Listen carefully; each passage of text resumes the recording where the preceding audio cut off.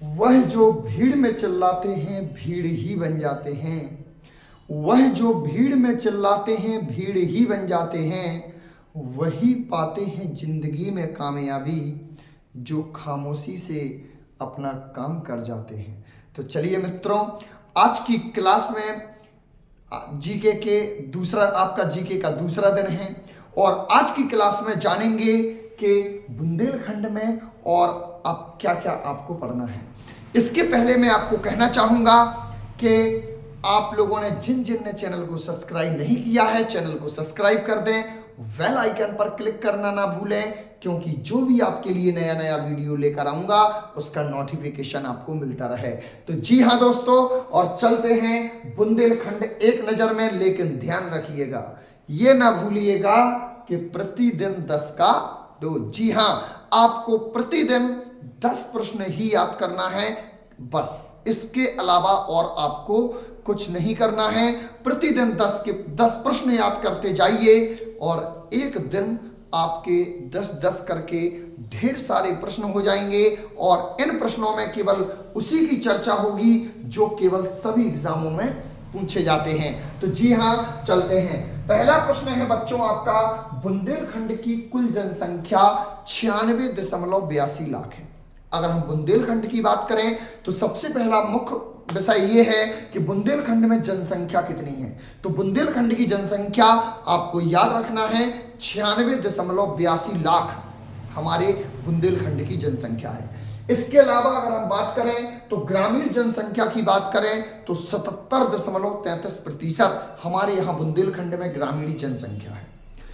तीसरा प्रश्न आपका आता है नगरीय जनसंख्या।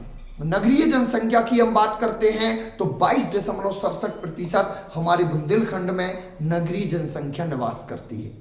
इसके बाद हम बात करते हैं तो बुंदेलखंड में गीत कौन कौन से गाए जाते हैं।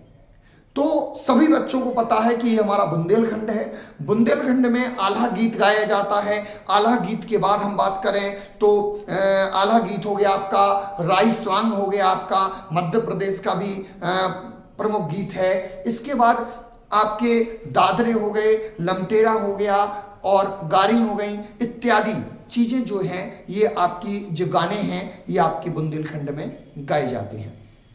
इसके बाद हम बात करते हैं तो बुंदेलखंड के विद्रोह के नेता कौन थे। मधुकर शाह बुंदेला। मधुकर शाह के बारे में आप लोगों ने सुना होगा। हमारे मध्य प्रदेश में सबसे पहले सन 1857 में क्रांति हुई। 1857 की क्रांति के ठीक पहले एक बुंदेलखंड का विद्रोह हुआ और जो बुंदेलखंड का विद्रोह हुआ, इस बुंदेलखंड के विद्रोह ये 1842 में हुआ था। कब हुआ था मित्रों? 1842 में। 1842 में हमारे दो प्रमुख नेता ऐसे थे जिन्होंने इसमें बढ़ चढ़कर भाग लिया था। और ये विद्रोह क्यों हुआ था? बात ये उठती है कि विद्रोह हुआ क्यों। जी हाँ, ये विद्रोह हुआ था बुंदेलखंड का विद्रोह हुआ था अंग्रेजों को यहां से भगाने के लिए।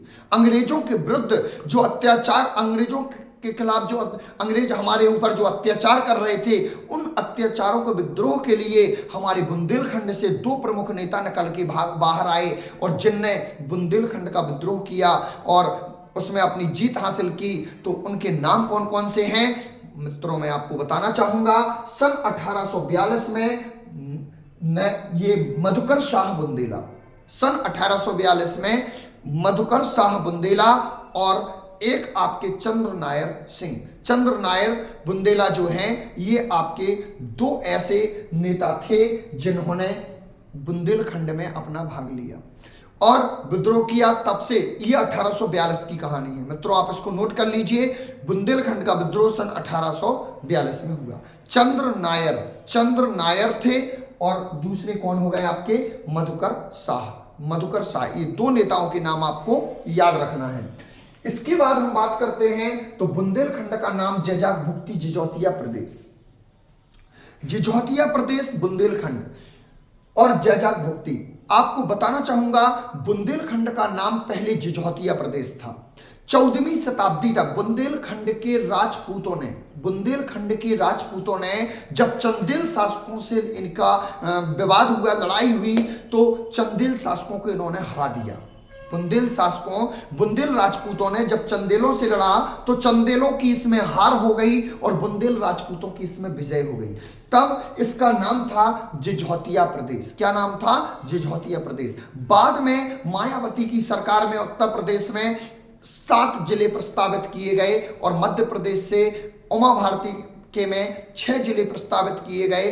तो इस प्रकार यहां पर कुल 13 जिले घोषित किए गए। और मैं आपको बताना चाहूंगा कि इसके बाद चंदेल शासकों का जब शासन चला तो ये 14वीं शताब्दी तक अपना शासन चला पाए। 14वीं शताब्दी तक चंदेल शासकों ने शासन चलाया और उसके बाद जिझौतिया प्रदेश के बाद इसका नाम हो गया जैजाक भुक्ती। क्या नाम हो गया बच्चों?